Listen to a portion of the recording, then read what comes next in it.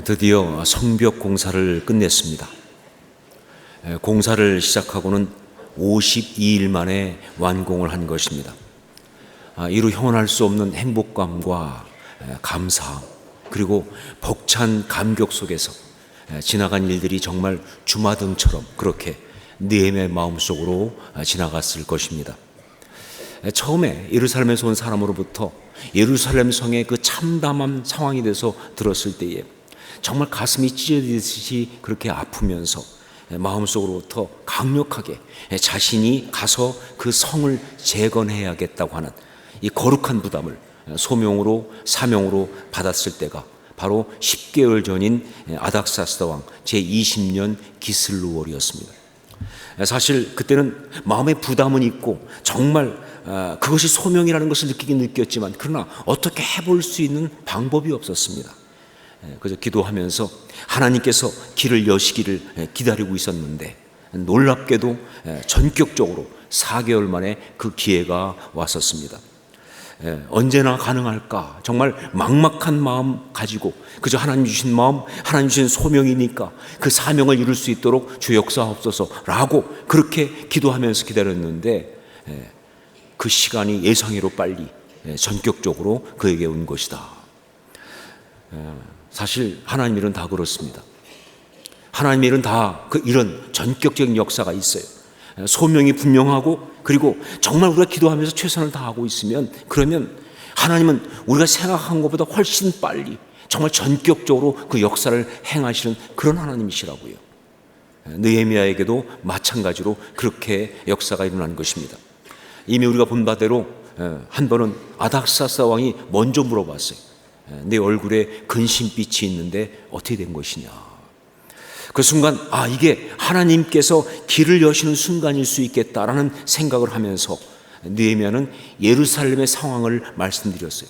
그랬더니 이어서 아닥사스다 왕이 그러면 내가 무엇을 원하느냐라고 하는 정말 생각하지 않았던 너무나 기다렸던 질문을 한 거예요. 그러면 내가 무엇을 원하냐. 그 순간 이거 확실하다. 하나님께서 길을 여신 것이 확실하다라는 생각이 들어서 그래서 이야기합니다. 예루살렘 성벽을 건설하기 위해서 저를 유다 총독으로 보내주십시오. 섣불리 말을 꺼냈다가는 정말 큰일 날 만한 이야기이기 때문에 할 수 없던 이야기지만 확신이 들어오니까 이야기한 것이고 그랬더니 그것이 받아들여져서 그래서 예루살렘으로 갈 수 있는 허락을 받은 것이 바로 6개월 전인 니산월 그때였습니다. 그래서 그 허락을 받자마자 부지런히 준비해서 유다 땅으로 출발하는 것이 바로 그 다음 달이었고요. 그리고 2달을 걸려서 드디어 유다에 도착한 것이 바로 2달 전이었습니다. 도착하자마자 3일간만 잠깐 쉬면서 하나님의 음성을 들었고요. 그리고 나서 이제 바로 성벽 공사를 시작을 했는데 엄청난 방해와 그리고 공격이 있었죠. 하지만 그런 엄청난 방해와 공격 가운데 시작한 지 52일 만에 엘루월 25일 지금 달력으로는 9월 20일경에 드디어 성벽 공사가 끝이 난 것입니다. 정말 하나님의 도우심과 은혜가 아니었으면 도저히 감당할 수 있는 일이 아니었습니다. 시작도 못했겠지만 완공은 정말 불가능한 것이었어요. 왜냐하면요, 이거는 정말 할 수 있는 일이 아니었거든요. 대적들인 산발락과 도비와 겟셈 그들뿐만 아니라 다른 모든 사람이 본 것처럼 이건 정말 불가능한 일이었거든요. 생각해 보세요. 한 나라가 감당을 해도 할까 말까 할 정도 큰 공사인데 그것을 갖다가 포로에서 돌아온 사람들이 한다는 자체가 이게 가능하냐 그 말이에요. 재정적으로도 물론 굉장히 어렵기도 하지만 그러나 무엇보다 이 식민지 백성이기 때문에 통치자가 허락할 리가 없어요. 왜냐하면 그 일은 결국은 잘못하면 반란의 근거지가 될 수 있는데 누가 허락하겠느냐. 그래서 절대로 불가능하다라고 생각했던 그런 것인데 이것이 바로 완공이 된 것입니다. 그것도 한 번의 중단도 없이 52일 만에. 자, 그런데 이 성벽이 완공된 것, 즉 느헤미야가 이 사명을 완수한 것, 이것은요 단지 예루살렘이 이제 그래서 좀 더 안전해졌다, 예루살렘에 있는 사람들이 좀 안전하게 살 수 있다 하는 정도, 아니면 느헤미야가 정말 바랐던 그 귀한 어떤 사명을 완수해서 정말 마음이 뿌듯하다, 정말 성취감 가운데 정말 행복하다, 그 정도로 끝날 이야기가 아니라는 거예요. 그 이상의 굉장히 중요한 영적인 의미가 있는 그런 일이었습니다. 우리 16절 말씀을 함께 읽도록 하겠습니다. 16절 같이 읽습니다. 우리의 모든 대적과 주위에 있는 이방 족속들이 이를 듣고 다 두려워하여 크게 낙담하였으니 그들이 우리 하나님께서 이 역사를 이루신 것을 알미니라. 그래요. 하나님의 사람이 자신에게 주어진 그 사명을 완수할 때 이것은요, 여기 말씀 나오는 것처럼 대적들을 낙담시키는 것이며 주위에 있는 모든 사람들을 두렵게 만드는 그런 거예요. 자, 그런데 여기서 이 두려움, 이것은요 단지 그냥 겁을 내고 피하게 하는 그런 것이 아니라 사실은요 어떤 하나님의 역사가 일어나기 위해서 하나님의 어떤 역사가 이제 확장될 때 그때 그 역사 앞에 선 사람들이 하나님의 역사 앞에 자기의 마음을 열 때 나타나는 아주 전형적인 중요한 반응이에요. 여러분, 성경을 보면 나오지만 말이죠, 하나님 역사가 있고 그것 또한 하나님 나라가 확장될 때마다 반드시 있는 게 바로 뭐냐? 이 두려움의 반응이라는 게 반드시 있었습니다. 예수님께 사역하실 때도 마찬가지죠. 주님께서 정말 천국 복음을 전파하시면서 또 모든 병든 자와 귀신 든 자를 고치시고 기적을 베푸실 때 그때 사람들이 보인 반응이 바로 뭐냐? 두려워하는 거였어요. 이 두려움의 반응이었어요. 초대교회도 마찬가지입니다. 정말 성령 임하시고 이 땅 가운데 세상에 없었던 이 교회가 탄생하고 정말 하나님의 어떤 역사가 일어났을 때 그때 주변에 있던 모든 사람들이 보인 반응이 바로 뭐냐? 이 두려움이었어요. 사도행전 2장 43절 말씀, 사람마다 두려워하는데 사도들을 말미암아 기사와 표적이 많이 나타나니, 바로 이런 동일한 두려움의 반응이 느헤미야가 성벽 공사를 마쳤을 때 그때 사람들에게 일어났다는 것이죠. 자, 그런데 그 이유가 절대로 이 성벽이 너무나 우용이 당당해서 그거 아닙니다. 솔직히 말해서 그때 느헤미야가 완성한 예루살렘 성벽은요 제국에서 만드는 어떤 그런 성벽에 비하면요 조악하기가 이루 말할 데가 없는 아주 열악한 그런 것들입니다. 혹은 정말 그렇게 불가능한 일인데 어떻게 그걸 했을까? 이 불가능한 일을 갖다가 그들이 해냈다는 것 때문에 만약에 그것이라고 한다면요 그들이 감탄을 하겠죠. 하지만 절대 두려워하지는 않을 것이다. 그렇잖아요. 우리가 무슨 놀라운 어떤 이야기 들을 때 세상에 이런 일이 그런 거 볼 때 감탄하지 두려워하는 사람이 누가 있어요, 그렇죠? 그러니까 정말 그건 그거 아니에요. 그럼 뭐냐?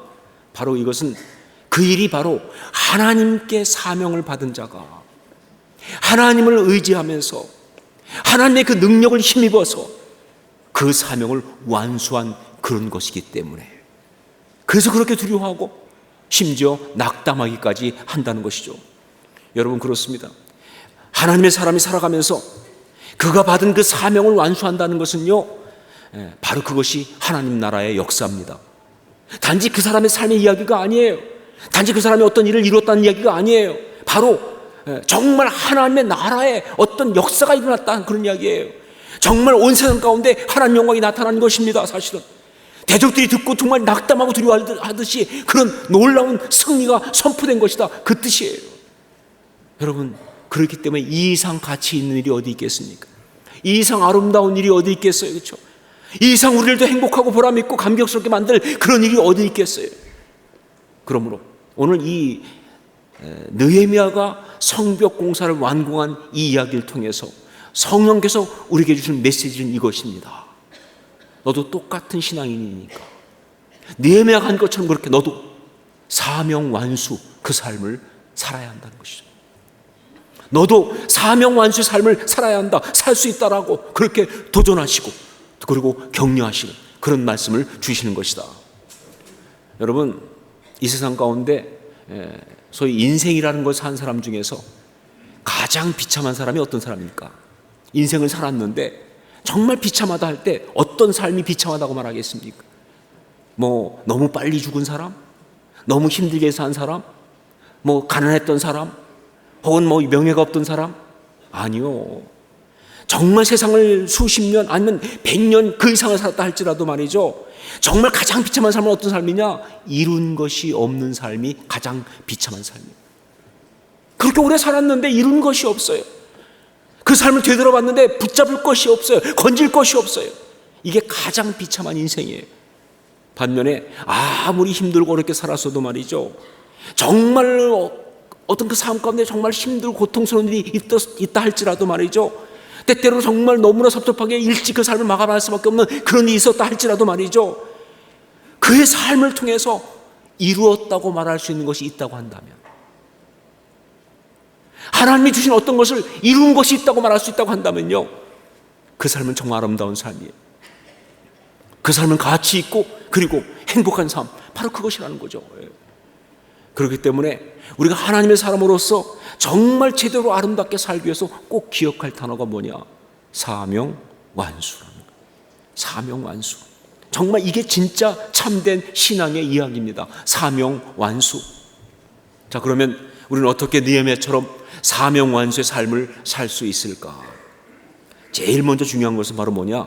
사명을 받는 겁니다. 사명을 받는 것. 하나님의 부르심인 그 소명을 받고 그 소명이 내 삶에 절대 포기할 수 없는 사명이 되는 그런 삶을 시작하는 것, 이게 정말 중요하다는 것이죠. 인생을 살면서 아무것도 이룬 것이 없는 그런 사람들을 보면 말이죠, 그 주된 이유가 뭐냐? 왜 이렇게 인생을 살면서 아무것도 이룬 것이 없느냐라고 본다면 그 가장 주된 이유가 뭐냐면 사명이 없기 때문에 그래요. 사명을 받은 것이 없으니까 이룰 것도 없는 거예요. 뭐 특별한 것이 없었으니까, 나 사실 내 삶 가운데 특별한 것이 없었으니까, 그렇게 사명이 없었으니까, 그러니까 뭐 이룬 것이 없다, 그런 얘기죠, 그렇죠? 근데 여러분, 사람이 이 땅에 있다고 한다면요, 사명이 없을 수가 없어요. 사람으로 살아간다는 그 자체가, 하나님이 우리를 지으신 것이 맞다고 한다면 그 살아있는 것 자체가 소명이에요. 그게 사명이에요. 신앙이 있다면 더 말할 필요가 없지요, 그렇죠? 여러분, 정말 살아간다는 자체가 사명이고, 그게 정말 그게 소명인 것이, 그게 이 하나님이 우리를 지으신 이 삶의 이야기예요. 그런데 그걸 깨닫지 못하기 때문에 없다고 생각하는 것이죠. 그래서 안타까워지는 것이죠. 닉 부이치치라는 사람이 있습니다. 제가 보니까 2010년도에 저희 교회에 왔었다고 그러네요. 저기 있는 사진은 그때 저희 교회에 왔을 때의 사진입니다. 다른 사진을 내면 저작권에 걸리기 때문에 저건 우리가 직접 찍은 사진이라 아무 문제가 없습니다. 이 닉 부이치치가 허그라고 하는 책을 썼어요. 한국말로 허그. 영어 제목은 Life Without Limits라고 하는 책입니다. 한계가 없는 삶. 자, 그런데 거기에 나오지만 이 닉 부이치치는요, 태어날 때부터 팔다리가 없는 장애아였습니다. 정말 두 팔도 없고 그리고 두 다리도 없고 오직 있는 거라고는 자기 스스로 닭발이라고 부르는 왼쪽 발 조금만 있어요. 그거로 겨우 지금 서 있는 거잖아요, 지금. 그런 사람이에요. 정말 그래서 그는 어디 가도 사람 앞 갈 때면 테이블에다 세워놔야 돼요. 쓰러지지 않게 잘 이렇게. 그런 삶이에요. 자, 이 장애에 대해서 그는 정말 낙심하고 힘들어할 때가 많았고요. 굉장히 긍정적인 사람이에요. 굉장히 낙천적인 사람이에요. 그러나 긍정적이라고 낙천적이라고 안 아픈 건 아니에요. 그러니까 정말 힘들어하고, 하나님께서 왜 나를 이렇게 지으셨을까? 정말 굉장히 질문도 많이 하면서 내가 이 불구를 가지고 정말 살아갈 수 있을까 하는 절망도 많이 했던 사람이에요. 그래서 그는 청소년기에는요, 자살을 시도한 적도 있었다고 합니다. 그런데 그는 지금까지 정말로 아름답게 사는 사람, 그냥 아름다운 정도가 아니라 영향력 있게 살아가는 사람이에요. 그는 정말 소망 전도사라는 별명을 가지고 있을 만큼 정말 많은 사람들 앞에 정말 그 어떤 그런 아주 굉장히 중요한 메시지를 던지면서 정말 귀하게 살아가고 있는 그런 사람이에요. 어떻게 그렇게 살 수 있었을까? 그 답이 바로 뭐냐면 사명이에요. 사명. 하나님이 그에게 주신 그 소명을 그가 발견한 것입니다. 그 삶 자체가 바로 소명이고 그 삶 자체가 바로 사명인 그 비밀을 발견했기 때문에 이게 가능하다는 것이죠.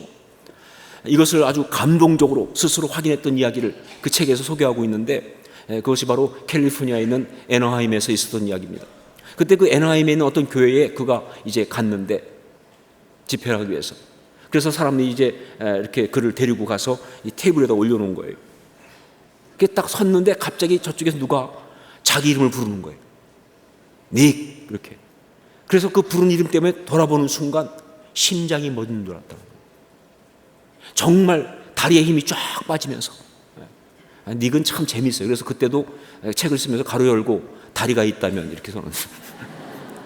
사실 힘 빠질 다리도 없어요. 왜냐면요, 딱 돌아봤더니 거기에 어떤 부모가 아이 하나를 안고 와서 자기를 부르는데 그 아이가 자기하고 똑같은 팔다리가 없는 거예요. 그러니까 얼마나 그게 상처가 됐으면 보는 순간 놀랬겠어요. 그 아이가 바로 데니얼 마르티네스라고 하는 아이인데, 근데 그때 부르면서 자기 아이를 들추면서 부르고 있는 그 부모의 얼굴을 보는 순간 닉은 거기서 소명을 깨닫습니다. 아, 저 부모에게 내가 희망이구나. 저 부모에게 내가 메시지구나. 나의 살아간 이유가 여기 있구나. 내가 살아야 될 정말 중요한 사명이 여기 있구나. 그리고 어려운 삶을 당한 사람들한테 절망하지 말라고, 절망할 필요가 없다고, 어떤 환경 속에서도 정말 아름다울 수 있다고 말해주는 것이 내 사명이구나. 그 사명을 깨달으면서 그러면서 그는 그렇게 살 수가 있었다는 것이죠. 닉 부이치치를 그렇게 귀한 사역자가 되게 한 것, 그 한계와 그 어려움을 이기고 그렇게 아름답고 영향력 있게 살게 한 바로 그것은 바로 뭐냐? 바로 자신이 이렇게 사명을 깨닫는 것, 자기의 삶 속에서, 자기 존재 속에서 이 사명을 발견하는 것, 바로 그것이었다는 것이죠. 자, 그런데 혹시 여러분 가운데서 이 이야기를 들으면서 닉 부이치처럼 그렇게 엄청난 혹은 특별한 무엇이 있다면 뭐 그럴 수 있겠지만, 그런데 우리는 뭐 특별한 게 없으니까 우리한테 해당이 안 되는 것이 아니냐라는 생각을 할 수가 있는데 절대 그렇지 않습니다. 정말 여러분, 사명을 발견하는 것은요, 특별한 어떤 것 그런 것이 아니라 그냥 우리가 살아가면서 겪고 있는 모든 이야기가 다 가능하다는 거예요. 우리 살아가면서 겪는 이 모든 이야기가 다 바로 우리에게 사명이 될 수 있는 것이 바로 인생이라는 거예요. 그게 하나님의 사람의 이야기예요. 한 번은 한 젊은 형제가 저를 찾아왔어요. 와서 상담을 요청했는데 들어보니까 이 형제에게 있는 가장 큰 아픔은 바로 뭐냐면 그 아버지였습니다. 그 아버지는요, 가정폭력에 나쁜 습관이 있는 사람이었어요. 특별히 이 형제의 어머니, 그 자기 부인을 갖다가 정말 너무나 아주 고통스럽게 폭력하는 그런 사람이었습니다. 이 형제가 말하기를 자기 고등학교 다닐 때 한번 학교 갔다 왔는데 문을 열고 들어오는 순간 자기는 그 장면을 잊을 수 없다고. 거실 한 모퉁이에 구석의 어머니는 거기에 그냥 쓰러져 가지고 손을 올리고 있고, 아버지는 그 어머니 위로 주먹과 발길질을 하고 있는 그 모습을 봤을 때 자기는 진짜 그때 아버지 죽이고 자기도 죽고 싶었다는 거예요. 그러면서 하는 얘기가, 세상에 제일 고통스러운 것은 내가 세상에 제일 미워하는 인간이 내 아버지라는 사실이라는 것이다. 어떻게 사냐. 그리고 우는데 정말 그 아픈 마음이 그냥 전달되더라고요. 그러면서 그 형제의 고민이 뭐냐, 왜 상담을 하느냐, 왜냐하면 이 형제가 이제 지금 한 자매와 교제하고 결혼하고 싶은데 자신이 없다는 거예요. 자꾸 사람들이 말하기를 가정폭력은 대물림 된다고 그러는데 나도 정말 잘 살 수 있을까? 나도 내 아버지처럼 또 그렇게 하지 않을까? 내 속에 있는 어떤 분노가 그렇게 나타나지 않을까? 뭐 이런 것 때문에 자신이 없다는 거예요. 그리고 정말 이 자신이 너무나 괴로워서 아직 그 자매한테 말도 못했다는 거예요. 이 이야기를 했을 때 과연 그 자매가 나하고 결혼해 줄까? 너무 고민스러워서 그래서 저를 찾아온 것이죠. 제가 마지막에 이렇게 말했습니다. 가정폭력을 휘두르는 아버지를 두었다는 것, 정말 이상할지 모르겠지만 이게 바로 형제에게 주어진 사명입니다 라고. 가정폭력을 행하는 아버지가 있다는 사실은 형제에게 정말 중요한 사명이 됩니다. 그러니까 이 형제를 어떻게 살아야 될 것이냐, 다른 어떤 것보다 한 가지, 정말 아름다운 가정을 이루어서 정말 보란듯이 그렇게 행복하게, 가정폭력은 대물림된다고 하는 그 저주의 어떤 그런 모든 굴레를 끊어가면서 말이죠, 그렇게 살아가야 될 사명이 있습니다. 이게 사명입니다, 형제한테는. 뿐만 아니라 그러면서 정말 그런 가정폭력의 피해자인 많은 젊은이들한테 그런 환경 속에 있지만 절대 그렇게 삶을 고통스럽게 사는 것이 아니라 그 가운데서도 행복하게 살 수 있다는 그 메시지를 줄 수 있어야 한다고. 그게 사명이라고 그 얘기를 하는데, 전 그때 그 형제의 눈에서 빛이 비치는 걸 봤어요. 그 얼굴에 성령이 주신 어떤 감동과 결단이 가득한 걸 봤어요. 정말 지금까지 잊을 수 없는 제가 본 가장 아름다운 얼굴, 가장 감동스러운 얼굴이었습니다. 그 후에 그 형제는 자매와 결혼했습니다. 그리고 정말로 사명을 가지고 아름답게 행복하게 살고 있어요. 물론 본인이 고백하는 것처럼 자기한테 그런 아픔이 있기 때문에 날마다 십자가 앞에 나간다고 그래요. 날마다 십자가를 붙들고 기도한다고 그래요. 한순간도 쉴 수 없이. 하지만 정말로 아름답게 살면서 그렇게 그 사명을 이루어가고 있는, 여러분, 그렇습니다. 우리의 삶이 부르심이에요. 우리의 삶이 사명이에요. 우리 삶에 고통이 있다면 그건 더욱더 그렇습니다. 그렇기 때문에 정말 포기하지 않고 열심히 사는 것, 그것이 바로 사명을 완수하는 것이다. 네, 우리 가정 또한 우리에게 사명입니다. 어제 제가 아버지 학교 강의하면서 그 얘기 했는데, 아버지, 그 이름엔 사명이 있습니다. 모든 이름마다 사명이 있는 것처럼 아버지라는 이름에도 사명이 있습니다. 어떤 사명이 있을 것 같으냐? 아버지라는 이름에 붙어있는 사명은 바로 가정이에요. 어머니라는 이름도 마찬가지고요. 그렇기 때문에 정말 그 삶은요, 어떤 경우도 포기하지 않고 사랑하기를 멈추지 않고 끝까지 가는 게 사명 완수예요. 자녀를 키우는 부모도 마찬가지입니다. 역시 사명이에요. 신앙생활을 하면서 크리스찬으로 살아간다는 것 역시 사명입니다. 만약 우리한테 어떤 구체적인 어떤 사역이라 어떤 이 일로 부르신 것이 있다고 한다면요, 그건 말할 필요 없이 정말 중요한 뚜렷한 사명이 되는 것이죠. 사명이 있는 삶이 아름다운 삶이에요. 사명이 있는 것을 깨닫는 그 삶, 바로 그것이 그 삶을 아름답게 사는 정말 중요한 것이다, 그 말이에요. 예, 그래요. 사명을 완수하려면요, 정말 사명을 완수하는 진짜 아름다운 삶을 살려면요, 너무나 뻔한 이야기 같지만 제일 먼저 뭐냐? 사명을 깨달아야 돼요. 그런데 그것은요, 한 번만 깨닫고 마는 것이 아니라 사명을 완수하는 삶을 살아가면서 날마다 계속 새롭게 그 사명을 깨닫고 또 깨닫는 거예요. 이것이 정말 중요한 것이다. 두 번째로, 영적인 전쟁을 끝까지 싸워나가는 것이 사명을 완수하는 길이다 하는 것이죠. 영적인 전쟁을 끝까지 싸워나가는 것이 사명을 완수하는 길이다. 제가 이미 말씀드렸던 것처럼 하나님의 사람으로 살아가면서 우리는요, 영적 전쟁을 피할 수가 없어요. 우리가 신앙의 사람, 하나님의 사람이라고 한다면 영적 전쟁은 피할 수 없는 숙명과도 같아요. 바로 그렇기 때문에 우리가 사명을 완수하는 삶을 살아간다면 반드시 영적 전쟁을 할 수밖에 없는 거예요. 어쩌면 그것이 가장 큰 싸움일 수 있어요. 느헤미야의 경우도 마찬가지였습니다. 느헤미야가 성벽 완공하는 그 귀한 사명을 완수하는 동안 사실 가장 힘든 건 바로 뭐였냐? 가장 주된 건 뭐였느냐? 영적 전쟁을 하는 것이었다. 그것을 갖다가 성경이 아주 절묘한 방법으로 표현해주고 있습니다. 우리 17절부터 19절까지를 함께 읽도록 하겠습니다. 17절로 19절 같이 읽습니다. 또한 그때에 유다의 귀족들이 여러 번 도비아에게 편지하였고 도비아의 편지도 그들에게 이르렀으니 도비아는 아라의 아들 스가냐의 사위가 되었고 도비아의 아들 여호하난도 베레가의 아들 무슬람의 딸을 아내로 맞이하였으므로 유다에서 그와 동행한 자가 많음이라. 그들이 도비아의 선행을 내 앞에 말하고 또 내 말도 그에게 전하매 도비아가 내게 편지하여 나를 두렵게 하고자 하였느니라. 이게 무슨 말입니까? 아니, 정말 성벽을 다 완공했고 그리고 사명을 다 완수했는데 또 이어서 나오는 이 말은, 이 이야기는 도대체 무슨 말이냐 하는 것이죠. 이것은요, 그 완공 후에도 도비아가 이런 식으로 공격을 했다 하는 것을 말하기도 하지만 사실 그것보다는요, 그동안 계속적으로 이런 공격이 전방위적으로 있었다, 그 이야기예요.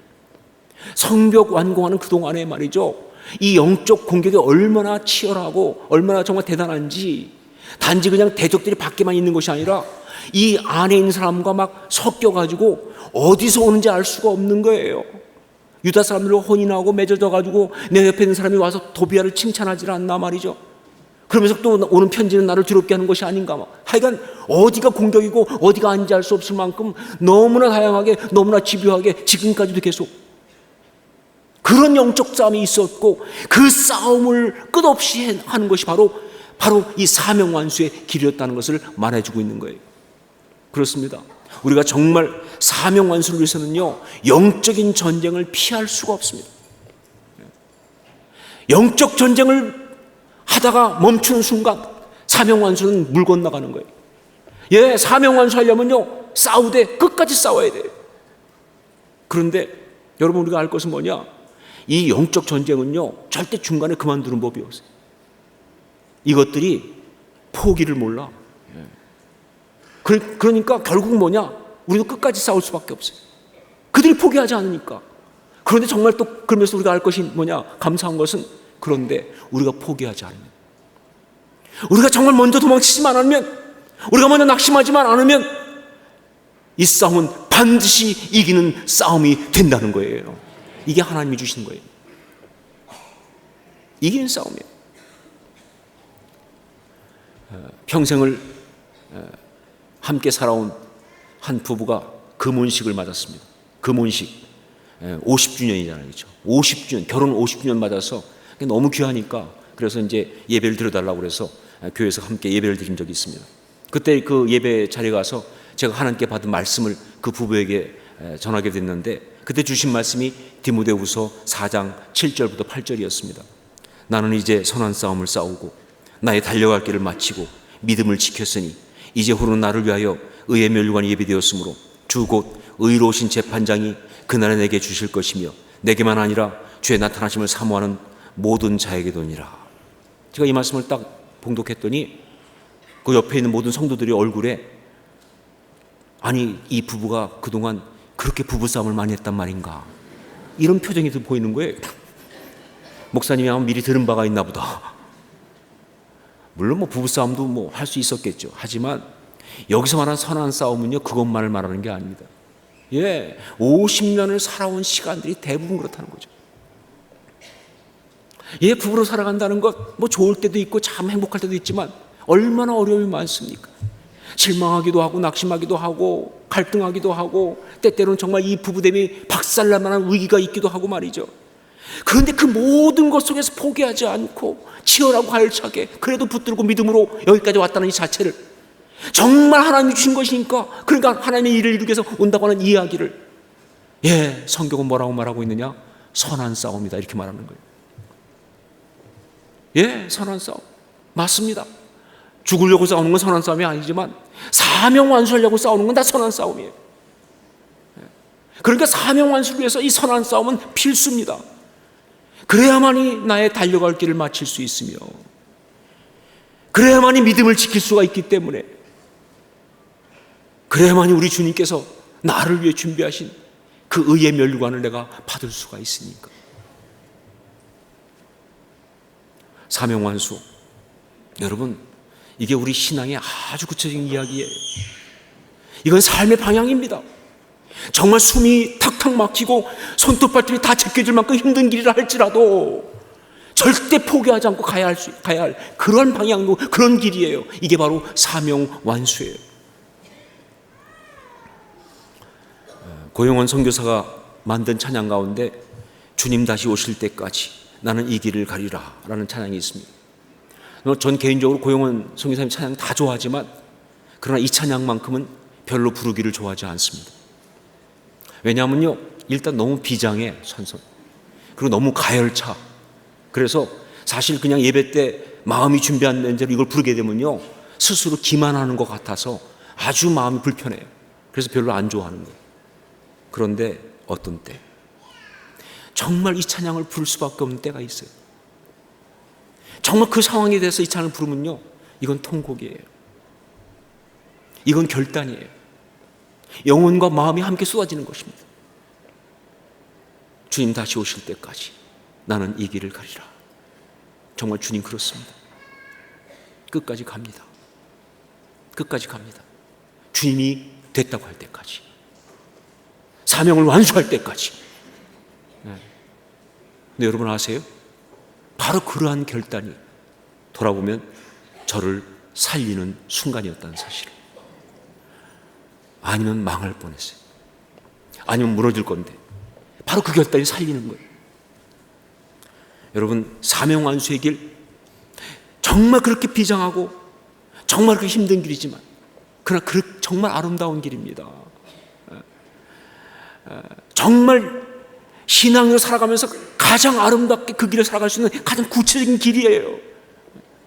그런데 다시 말하지만 그 사명을 주신 분이 우리 하나님이시라면 우리가 정말 낙심하고 포기하지 않으면 결국은 완수하게 하실 줄로 믿습니다. 이게 오늘 메시지예요. 왜냐하면요, 오늘 성경은 이렇게 말하거든요. 느헤미야를 봐라.